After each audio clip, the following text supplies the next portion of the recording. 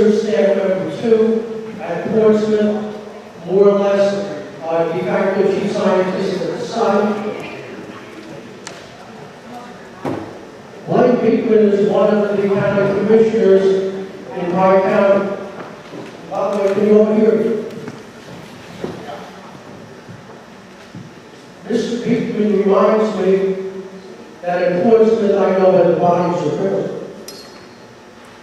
And that's one of the reasons for my interest in helping others. Because being an atomic veteran is important. Being treated right is even more important. And that's the reason why we're here today. Because DEEOIC was formed early in this calendar year on the basis that there are problems not only in Portsmouth, but throughout the Commonwealth. And the objective is that, as I told others, I can be blindfolded and parachuted in, and the problems that I hear about would be the same, irrespective of the site. So I might not recognize the soul, but the stories that I hear will be the same.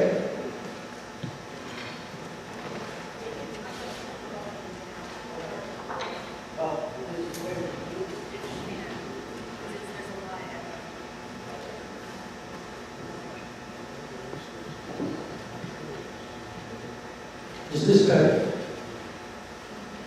Going to the computer. Okay, is it better for the audience or too loud? Because I can project well enough that you probably not hear it. But anyway, thank you. Now, there's a lot of you who've been around who know I'm a storyteller. And I brought this with me today. I was looking high and low in the house. Back in the day when woodshop was taught in high school, I turned this on a lathe, and by some miracle it survived over 40-odd years. And so anyway, if something goes too long, because we want to make sure that everyone who has something to share has the opportunity to do so. And so if you hear me bang the gavel, that means try to summarize your story so we can move on to the next. Because everyone should have an opportunity to speak. So we are DEEOIC, DEEOIC Interim Advisory Board, which is the Division of Energy Employees Occupational Illness Compensation. Now, we are not part of the Department of Labor, but our charter is in effect to act as a voluntary advisory board for what goes on.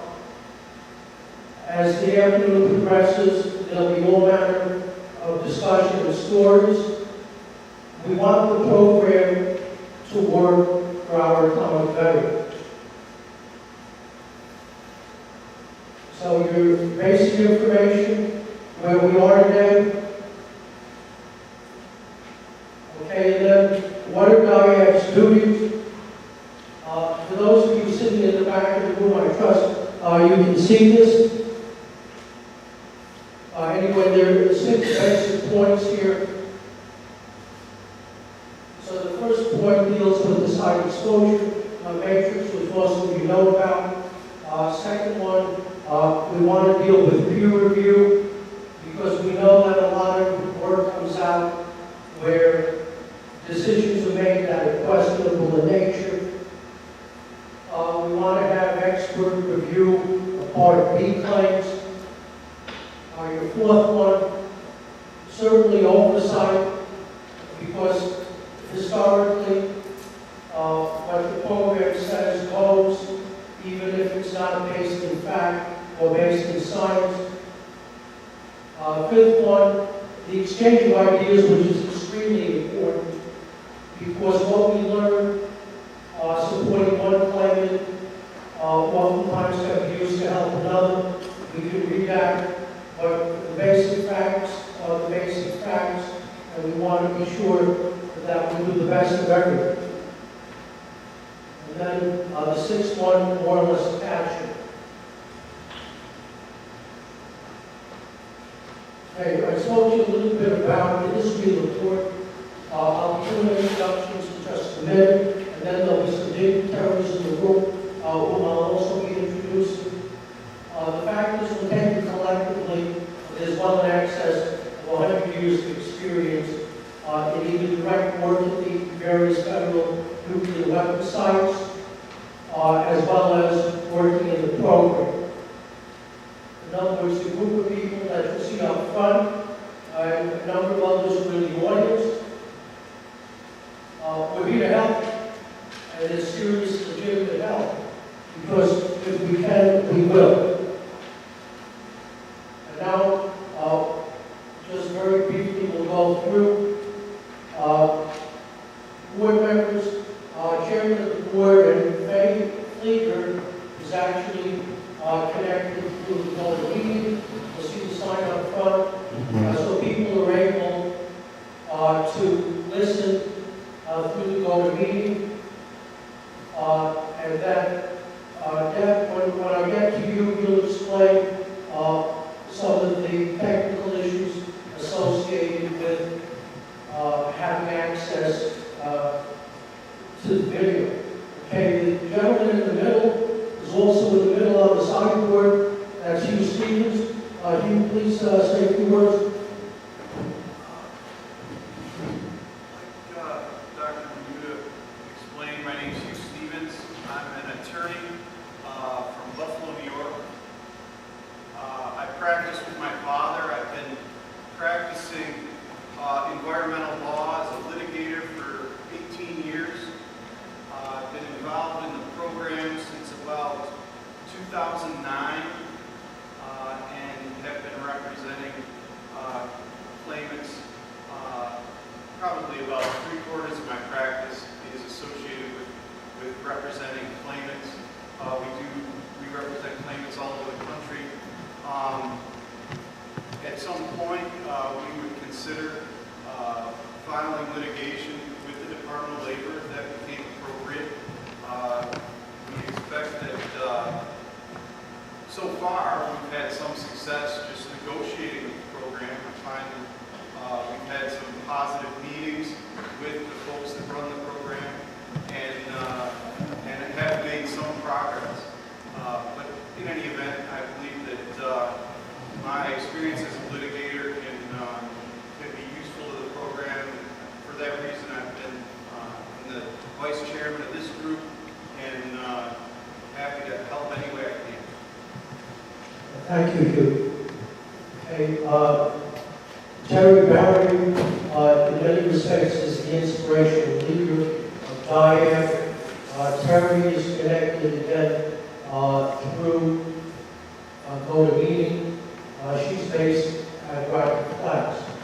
Okay, and then we've got the next three. Delaney Plays is an advocate in the Los Angeles area as a family at Santa Susana. The stories that you hear from there, just amazing. Stephanie Carroll is also based in Denver, and her grandfather worked with Portsmouth. Not sure if she's connected in, but Stephanie is a valuable ally as well. Maurice Copeland, tremendous guy, affiliated with the Kansas City plant. We're first now uncovered the problems in Kansas City. Donna Hand is here, and Donna, let me give you the mic. I'm Donna Hand, and I've been doing this program since 2002. I'm also first a worker advocate, then I'm an authorized representative. I also belong to the Beryllium Health and Safety Committee, so I'm learning a lot about the Beryllium disease and that program as well, and how it addresses to the workers. First of all, I'd like to thank you all for coming, and we let you remember that this is your meeting. We want to hear from you.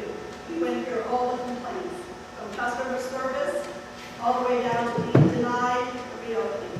This is your meeting, so thank you very much for coming, and please, speak up so we can address these issues all together.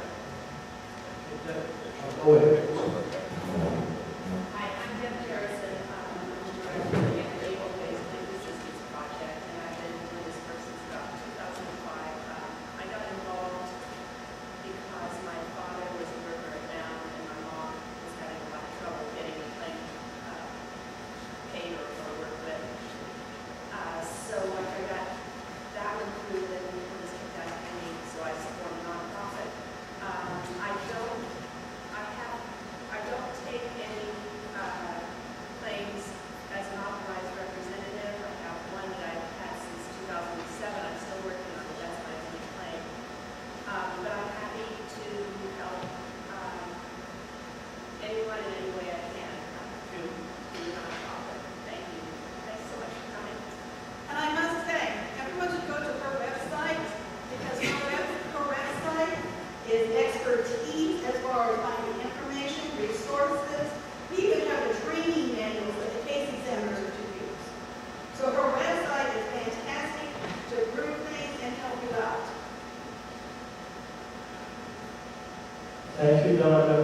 And you won't find two better allies for breadth of knowledge and interest in doing what's right. You've got a little blurb on me there. I've been doing this since Irene Sansom found me one day in the Emmett House in Waverly. And she said to me, we can't make any progress on Jim's claim. Irene has since passed away, but when Irene spoke to me, Irene was one of the kind of people that when she asked you to do something, you didn't think twice, you just did. And as a lot of you have seen in the writings that I do, this work has become my passion. And I owe it to the chance meeting of Irene over at the Emmett House back in about 2007, 2008. And I've learned a great deal through the three people that you see table over this way, as well as many of you in the audience. And we're all passionate about it. Two others, Janet Michelle is based in Oak Ridge. She's a fabulous advocate. And Ken Silver is the professor at East Tennessee State. Again, valuable ally. Now, our guests, we did make contact with our elected officials. I don't see anyone from Congressman Webster's office here today. Okay, but I do see Julie. Julie, you can stand up from Congressman Bill Johnson's office.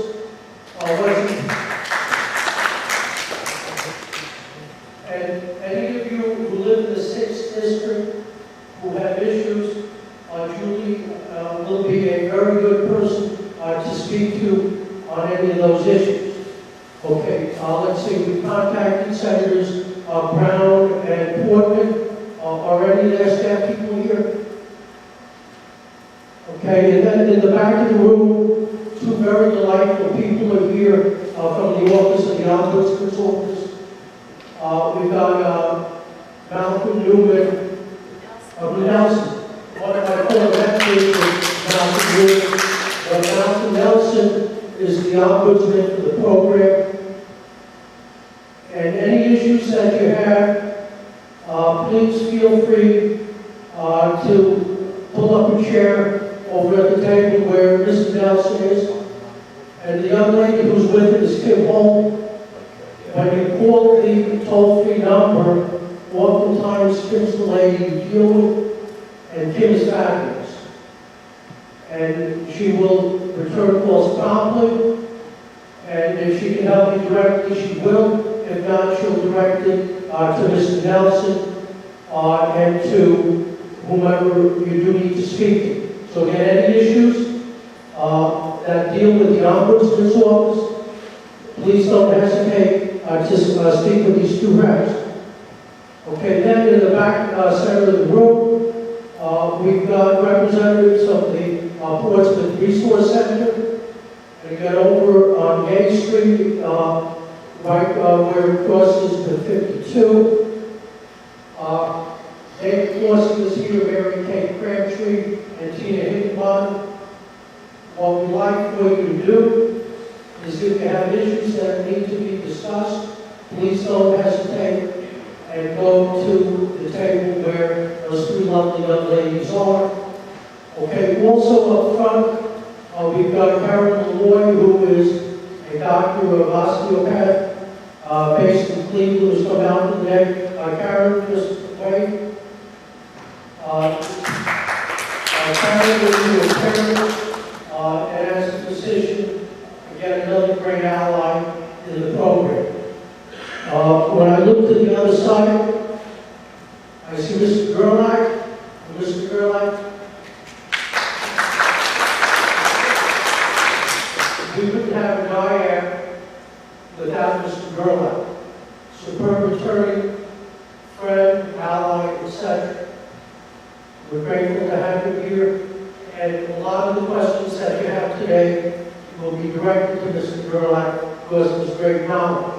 Okay, sitting next to Mr. Gerlach, we've got two people, Tim and Heather from Cold War Patriots. Thank you both for coming.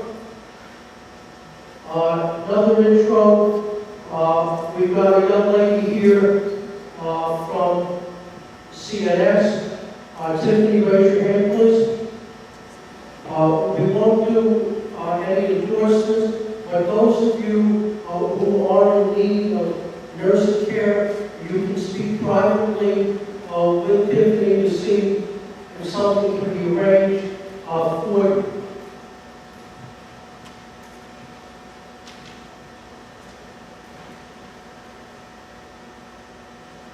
Okay, and then we've got this slide rewinding before the meeting. So basic information here. We talked a fair bit about this. At some point there will be a paid advice report to oversee the program. But until there is, it's critically important that you seek those of us out who are sitting in the front rows, some of the key players who I also introduced. And the one other thing I would ask is there anybody who is Gary? No, your volume just dropped. Is this better? That's much better. Anyway, I want to be sure that I didn't miss anybody in terms of introduction. Well, Gary is from Paducah, and as you know, it's a sister site, and certainly issues that we would encounter at Portsmouth would be encountered at Paducah. I see Vine sitting in the front row. Vine also is a source of great help. Did I miss anything?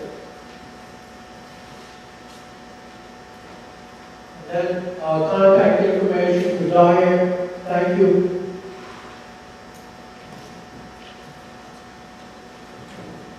So we've got a P.O. box in Yellow Springs, so we're anti-oncologists, so just outside of David Springfield area. Phone number is 970 number.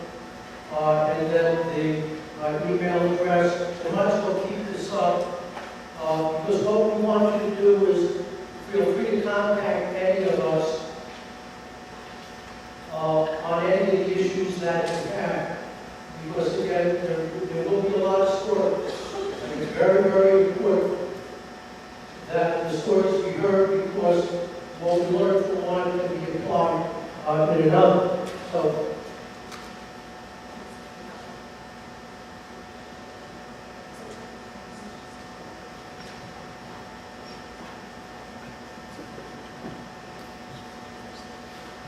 Sorry, we're learning technology, guys. It's all new to us. this is better. No. Is it still? Well, it has to do with the distance that I hold from my mouth because if I'm too close, this feedback. Thank you, sir. I hope you yeah? All right, Donna, maybe you can, so we want to bring up, stimulate some questions. Suggestions for you to know about complaint is how many of you have filed a claim? How many people here have filed a claim, either survivor or employee? Okay. How many have not filed a claim? You two, speak with us later, everything, and we'll help you as well if you're to file a claim. And is this a survivor claims? How many are survivor claims and got denied? How many are employee claims and got denied? Okay, but how much with the customer service? When you call into the district office, okay, how many employees denied? You've got to count that. How many had a hearing? How many still got denied after the hearing? Okay. How many had a reopening request? And got denied the reopening request? Okay, yeah. See, this thing happens all across the whole nation. And I represent all across the whole nation as well as you, so we're very aware of this. Whenever you would file your information in, everything, it says to send it now to London, Kentucky, correct? So when you mail your stuff or fax your stuff to London, Kentucky, then you call the district office. Have they received the information or are they being delayed? How about the telephone calls? Are you getting through or are you having to do reporting or they're not even answering within 48 hours like we're required to do? Okay, so how much customer service problems, complaints is what we need to have filed? Because we need to know those, because we have found that sometimes when you send it to London, Kentucky, even when you fax it to London, Kentucky, it doesn't get back to the district office for 4 to 5 months later. So we need to address this issue. When you file your claim, how many got denied for employment? Your employment is not there. Okay, we only got one, so see us afterwards. If you got employment can be amended, not only for time with years, everything, but also your duties. When you first started, you may have started something that wasn't a Q clearance. Then you got your Q clearance. Then you'll be assigned to different areas. That amends your employment. The Department of Labor, the Division of Energy and Employees Occupational Legal, did not capture those other job duties. Then you get to reopen your claim for new evidence for employment. And I guarantee you they did, right? They didn't capture all your job duties. For your work to enter, transferred, for your trained otherwise. We need those complaints about employment area, performance duties. We need suggestions of complaints about the medical. They said it was insufficient, but they didn't tell you what insufficient was about. Was it decided by a district medical consultant? Did you get that district medical consultant report, or you just heard about it in a recommended decision? These are some of the things that you can think about to complain about, as well as many, many thousands of others. So, it's your fault. Hold on just a second. Gary wanted to make a minor correction. Well, Gary Angelo, Commonwealth Farmer Service. May not be a minor correction. I just heard Donna say that you can fax your information to the London office. They have fax numbers, but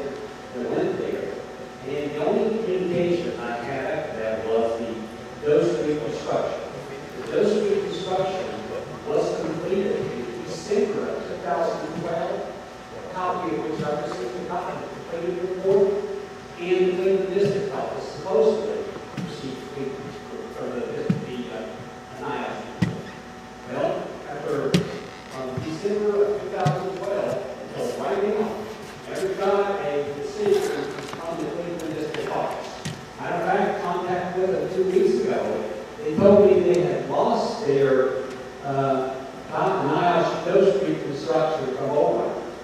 And they advised me if I wanted to withdraw my claim under Part B, they could go ahead and process it under Subtitle E. And I went to the local office here in Portsmouth, was in the process of doing that. Well, I called the claims examiner, he said, no, don't do that. I spoke to my supervisor, and we contacted ORAD, which is the contractor to do the NIOSH dose reconstruction, and they're supposed to FedEx the copy of the dose reconstruction, which was completed 18 months ago, back to the Cleveland office so they can make or render a decision one way or the other. And to me, having 27 months in the process on just getting a recommended decision, you got to the point where it didn't care whether one loss was going to decide something. And bottom line is, I could see from the dose reconstruction that according to the way that it's done by ORA, and of course there's flaws associated with the dose reconstruction that everybody knows about, but I didn't see that at 50%. But I do know, looking at the site matrices, and I do know some of the research that I've done has qualified peer review. That squamous cell carcinoma can be caused by a lot of arsenic, petroleum byproducts, and a lot of other chemicals that we're supposed to at the plant. And I had this all written up, but it seemed not pretty, but it's like it's not caused from the other components rather than radiation. But it's still, as far as I know, in Cleveland District Office, and it's still waiting the decision. And that's one issue. Yeah, and that's one thing that needs to be addressed, is that the Department of Labor case examiners are supposed to review the files every 40 days and do some type of action on it. That's in their performance standard. Every 40 days, they're to do something. Within 21 days of initial claim, they've got to start the initial action. Within 21 days, they've got to request their dog review records. So as soon as that NIOSH report gets to them, they're supposed to do the causation